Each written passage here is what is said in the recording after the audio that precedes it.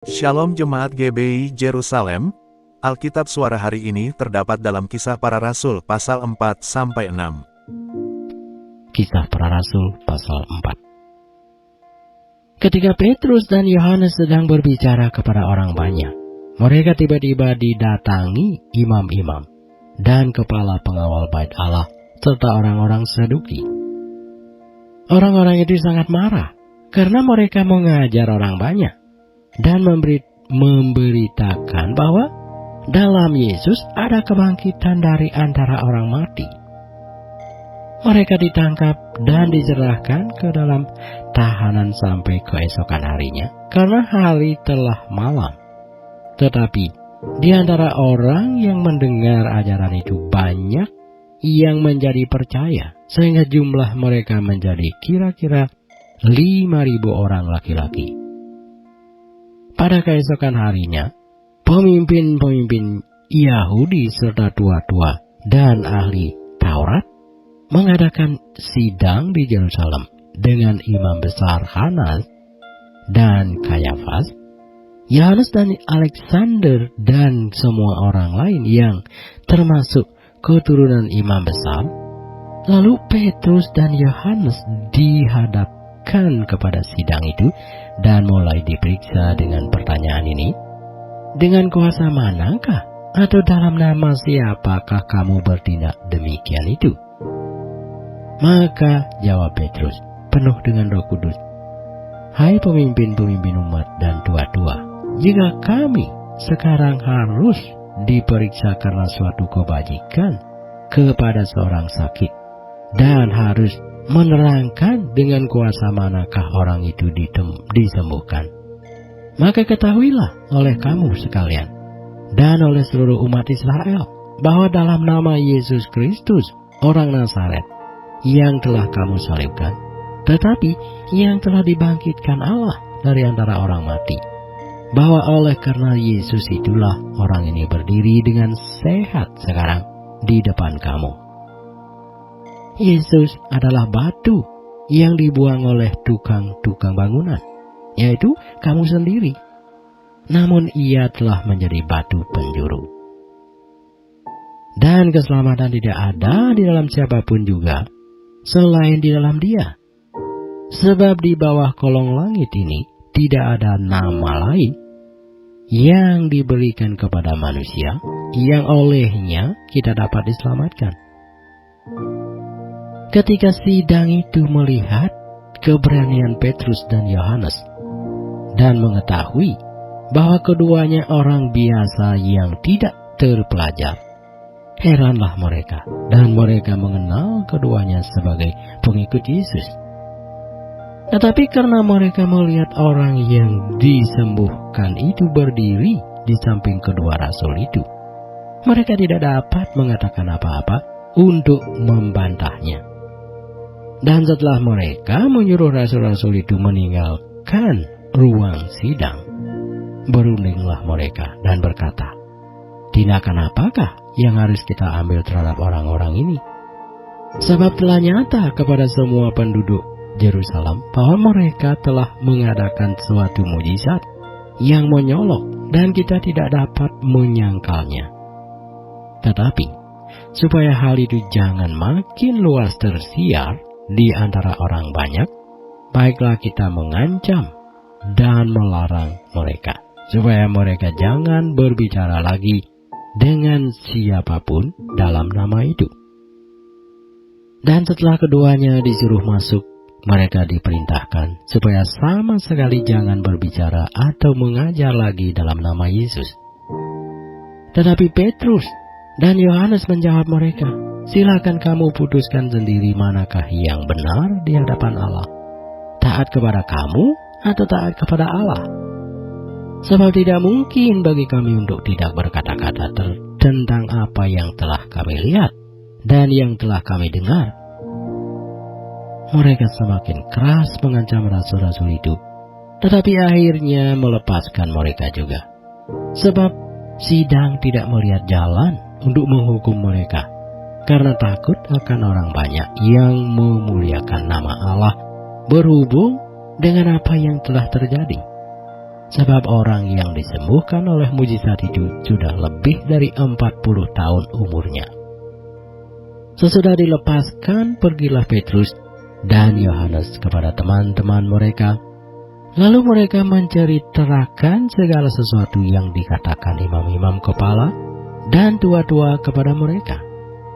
Ketika teman-teman mereka mendengar hal itu, berserulah mereka bersama-sama kepada Allah, katanya, "Ya Tuhan, Engkaulah yang menjadikan langit dan bumi, laut dan segala isinya. Dan oleh Roh Kudus, dengan perantaraan hamba-Mu Daud, Bapa kami, Engkau telah berfirman, mengapa rusuh bangsa-bangsa? Mengapa suku-suku bangsa mereka-reka perkara yang sia-sia? Raja-raja dunia bersiap-siap, dan para pembesar berkumpul untuk melawan Tuhan dan yang diurapinya. Sebab sesungguhnya telah berkumpul di dalam kota ini Herodes dan Pontius Pilatus, beserta bangsa-bangsa dan suku-suku bangsa Israel melawan Yesus, hamba-Mu yang kudus, yang Engkau urapi, untuk melaksanakan segala sesuatu yang telah Engkau tentukan dari semula, oleh kuasa dan kehendak-Mu. Dan sekarang, ya Tuhan, lihatlah bagaimana mereka mengancam kami, dan berikanlah kepada hamba-hamba-Mu keberanian untuk memberitakan firman-Mu. Ulurkanlah tangan-Mu untuk menyembuhkan orang, dan adakanlah tanda-tanda dan mujizat-mujizat oleh nama Yesus, hamba-Mu yang kudus." Dan ketika mereka sedang berdoa, goyanglah tempat mereka berkumpul itu, dan mereka semua penuh dengan Roh Kudus. Lalu mereka memberitakan firman Allah dengan berani. Adapun kumpulan orang yang telah percaya itu, mereka sehati dan sejiwa, dan tidak seorang pun yang berkata bahwa sesuatu dari kepunyaannya adalah miliknya sendiri, tetapi segala sesuatu adalah kepunyaan mereka bersama. Dan dengan kuasa yang besar, rasul-rasul memberi kesaksian tentang kebangkitan Tuhan Yesus, dan mereka semua hidup dalam kasih karunia yang melimpah-limpah, sebab tidak ada seorang pun yang berkekurangan di antara mereka. Karena semua orang yang mempunyai tanah atau rumah menjual kepunyaannya itu, dan hasil penjualan itu mereka bawa, dan mereka letakkan di depan kaki rasul-rasul, lalu dibagi-bagikan kepada setiap orang sesuai dengan keperluannya. Demikian pula dengan Yusuf, yang oleh rasul-rasul disebut Barnabas, artinya anak penghiburan, seorang Lewi dari Siprus. Ia menjual ladang miliknya, lalu membawa uangnya itu dan meletakkannya di depan kaki rasul-rasul. Kisah Para Rasul pasal 5. Ada seorang lain yang bernama Ananias. Ia beserta istrinya Safira menjual sebidang tanah. Dengan setahu istrinya, ia menahan sebagian dari hasil penjualan itu, dan sebagian lain dibawa dan diletakkannya di depan kaki rasul-rasul. Tetapi Petrus berkata, "Ananias, mengapa hatimu dikuasai iblis, sehingga engkau mendustai Roh Kudus dan menahan sebagian dari hasil penjualan tanah itu? Selama tanah itu tidak dijual, bukankah itu tetap kepunyaanmu? Dan setelah dijual, bukankah hasilnya itu tetap dalam kuasamu? Mengapa engkau merencanakan perbuatan itu dalam hatimu? Engkau bukan mendustai manusia, tetapi mendustai Allah." Ketika mendengar perkataan itu, rebahlah Ananias dan putuslah nyawanya. Maka sangatlah ketakutan semua orang yang mendengar hal itu. Lalu datanglah beberapa orang muda, mereka mengapani mayat itu, mengusungnya keluar dan pergi menguburnya. Kira-kira 3 jam kemudian masuklah istri Ananias, tetapi ia tidak tahu apa yang telah terjadi. Kata Petrus kepadanya, "Katakanlah kepadaku, dengan harga sekianlah tanah itu kamu jual?" Jawab perempuan itu, "Betul sekian." Kata Petrus, "Mengapa kamu berdua bersepakat untuk mencobai Roh Tuhan? Lihatlah, orang-orang yang baru mengubur suamimu berdiri di depan pintu, dan mereka akan mengusung engkau juga keluar." Lalu rebahlah perempuan itu seketika itu juga di depan kaki Petrus, dan putuslah nyawanya. Ketika orang-orang muda itu masuk, mereka mendapati dia sudah mati. Lalu mereka mengusungnya keluar dan menguburnya di samping suaminya. Maka sangat ketakutanlah seluruh jemaat dan semua orang yang mendengar hal itu. Dan oleh rasul-rasul diadakan banyak tanda dan mujizat di antara orang banyak. Semua orang percaya selalu berkumpul di Serambi Salomo dalam persekutuan yang erat. Orang-orang lain tidak ada yang berani menggabungkan diri kepada mereka, namun mereka sangat dihormati orang banyak. Dan makin lama makin bertambahlah jumlah orang yang percaya kepada Tuhan, baik laki-laki maupun perempuan. Bahkan mereka membawa orang-orang sakit keluar ke jalan raya dan membangkitkannya di atas balai-balai dan tilam, supaya apabila Petrus lewat, setidak-tidaknya bayangannya mengenai salah seorang dari mereka. Dan juga orang banyak dari kota-kota di sekitar Yerusalem datang berkerumun berduyun-duyun serta membawa orang-orang yang sakit dan orang-orang yang diganggu roh jahat, dan mereka semua disembuhkan. Akhirnya mulailah imam besar dan pengikut-pengikutnya, yaitu orang-orang dari mazhab Saduki, bertindak sebab mereka sangat iri hati. Mereka menangkap rasul-rasul itu, lalu memasukkan mereka ke dalam penjara kota. Tetapi waktu malam, seorang malaikat Tuhan membuka pintu-pintu penjara itu dan membawa mereka keluar. Katanya, "Pergilah, berdirilah di bait Allah dan beritakanlah seluruh firman hidup itu kepada orang banyak." Mereka mentaati pesan itu, dan menjelang pagi masuklah mereka ke dalam bait Allah, lalu mulai mengajar di situ. Sementara itu, imam besar dan pengikut-pengikutnya menyuruh mahkamah agama berkumpul, yaitu seluruh majelis tua-tua bangsa Israel, dan mereka menyuruh mengambil rasul-rasul itu dari penjara. Tetapi ketika pejabat-pejabat datang ke penjara, mereka tidak menemukan rasul-rasul itu di situ. Lalu mereka kembali dan memberitahukan, katanya, "Kami mendapati penjara terkunci dengan sangat rapihnya, dan semua pengawal ada di tempatnya di muka pintu. Tetapi setelah kami membukanya, tidak seorang pun yang kami temukan di dalamnya." Ketika kepala pengawal bait Allah dan imam-imam kepala mendengar laporan itu, mereka cemas dan bertanya apa yang telah terjadi dengan rasul-rasul itu. Tetapi datanglah seorang mendapatkan mereka dengan kabar, "Lihat, orang-orang yang telah kamu masukkan ke dalam penjara ada di dalam bait Allah, dan mereka mengajar orang banyak." Maka pergilah kepala pengawal serta orang-orangnya ke bait Allah, lalu mengambil kedua rasul itu.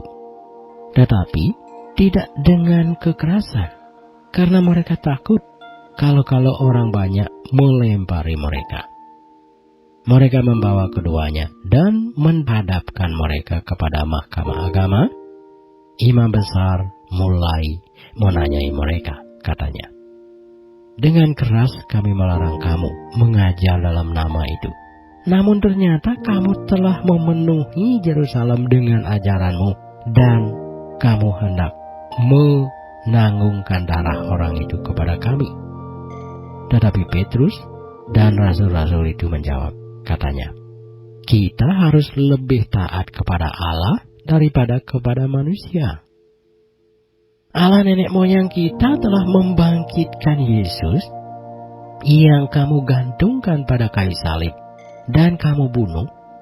Dialah yang telah ditinggikan oleh Allah sendiri dengan tangan kanannya menjadi pemimpin dan juru selamat, supaya Israel dapat bertobat dan menerima pengampunan dosa. Dan kami adalah saksi dari segala sesuatu itu. Kami dan Roh Kudus yang dikaruniakan Allah kepada semua orang yang mentaati Dia." Mendengar perkataan itu, sangatlah tertusuk hati mereka, dan mereka bermaksud membunuh rasul-rasul itu. Tetapi seorang Farisi dalam mahkamah agama itu yang bernama Gamaliel, seorang ahli Taurat yang sangat dihormati seluruh orang banyak, bangkit dan meminta supaya orang-orang itu disuruh keluar sebentar. Sesudah itu ia berkata kepada sidang, "Hai orang-orang Israel, pertimbangkanlah baik-baik apa yang hendak kamu perbuat terhadap orang-orang ini. Sebab dahulu telah muncul si Teudas yang mengaku dirinya seorang istimewa, dan ia mempunyai kira-kira 400 orang pengikut, tetapi ia dibunuh dan cerai-berailah seluruh pengikutnya dan lenyap. Sesudah dia, pada waktu pendaftaran penduduk, muncullah si Judas, seorang Galilea. Ia menyeret banyak orang dalam pemberontakannya, tetapi ia juga tewas dan cerai-berailah seluruh pengikutnya. Karena itu aku berkata kepadamu, janganlah bertindak terhadap orang-orang ini. Biarkanlah mereka. Sebab jika maksud dan perbuatan mereka berasal dari manusia, tentu akan lenyap. Tetapi kalau berasal dari Allah, kamu tidak akan dapat melenyapkan orang-orang ini. Mungkin ternyata juga nanti bahwa kamu melawan Allah." Nasihat itu diterima. Mereka memanggil rasul-rasul itu lalu menyesah mereka dan melarang mereka mengajar dalam nama Yesus. Sesudah itu mereka dilepaskan. Rasul-rasul itu meninggalkan sidang mahkamah agama dengan gembira karena mereka telah dianggap layak menderita penghinaan oleh karena nama Yesus. Dan setiap hari mereka melanjutkan pengajaran mereka di bait Allah dan di rumah-rumah orang dan memberitakan Injil tentang Yesus yang adalah Mesias. Kisah Para Rasul pasal 6. Pada masa itu, ketika jumlah murid makin bertambah, timbullah sungut-sungut di antara orang-orang Yahudi yang berbahasa Yunani terhadap orang-orang Ibrani, karena pembagian kepada janda-janda mereka diabaikan dalam pelayanan sehari-hari. Berhubung dengan itu, ke-12 rasul itu memanggil semua murid berkumpul dan berkata, "Kami tidak merasa puas karena kami melalaikan firman Allah untuk melayani meja. Karena itu, saudara-saudara, pilihlah 7 orang dari antaramu yang terkenal baik dan yang penuh roh dan hikmat, supaya kami mengangkat mereka untuk tugas itu, dan supaya kami sendiri dapat memusatkan pikiran dalam doa dan pelayanan firman." Usul itu diterima baik oleh seluruh jemaat. Lalu mereka memilih Stefanus, seorang yang penuh iman dan Roh Kudus, dan Filipus, Prokorus, Nikanor, Timon, Parmenas, dan Nikolaus, seorang penganut agama Yahudi dari Antioquia. Mereka itu dihadapkan kepada rasul-rasul, lalu rasul-rasul itu pun berdoa dan meletakkan tangan di atas mereka. firman Allah makin tersebar dan jumlah murid di Yerusalem makin bertambah banyak. Juga sejumlah besar imam menyerahkan diri dan percaya. Dan Stefanus yang penuh dengan karunia dan kuasa mengadakan mujizat-mujizat dan tanda-tanda di antara orang banyak, tetapi tampillah beberapa orang dari jemaat Yahudi yang disebut jemaat orang Libertini. Anggota-anggota jemaat itu adalah orang-orang dari Kirene dan dari Alexandria bersama dengan beberapa orang Yahudi dari Kilikia dan dari Asia. Orang-orang itu bersoal jawab dengan Stefanus, tetapi mereka tidak sanggup melawan hikmatnya dan roh yang mendorong dia berbicara. Lalu mereka menghasut beberapa orang untuk mengatakan, "Kami telah mendengar dia mengucapkan kata-kata hujat terhadap Musa dan Allah." Dengan jalan demikian, mereka mengadakan suatu gerakan di antara orang banyak serta tua-tua dan ahli-ahli Taurat. Mereka menyergap Stefanus, menyeretnya dan membawanya ke hadapan mahkamah agama. Lalu mereka memajukan saksi-saksi palsu yang berkata, "Orang ini terus-menerus mengucapkan perkataan yang menghina tempat kudus ini dan hukum Taurat.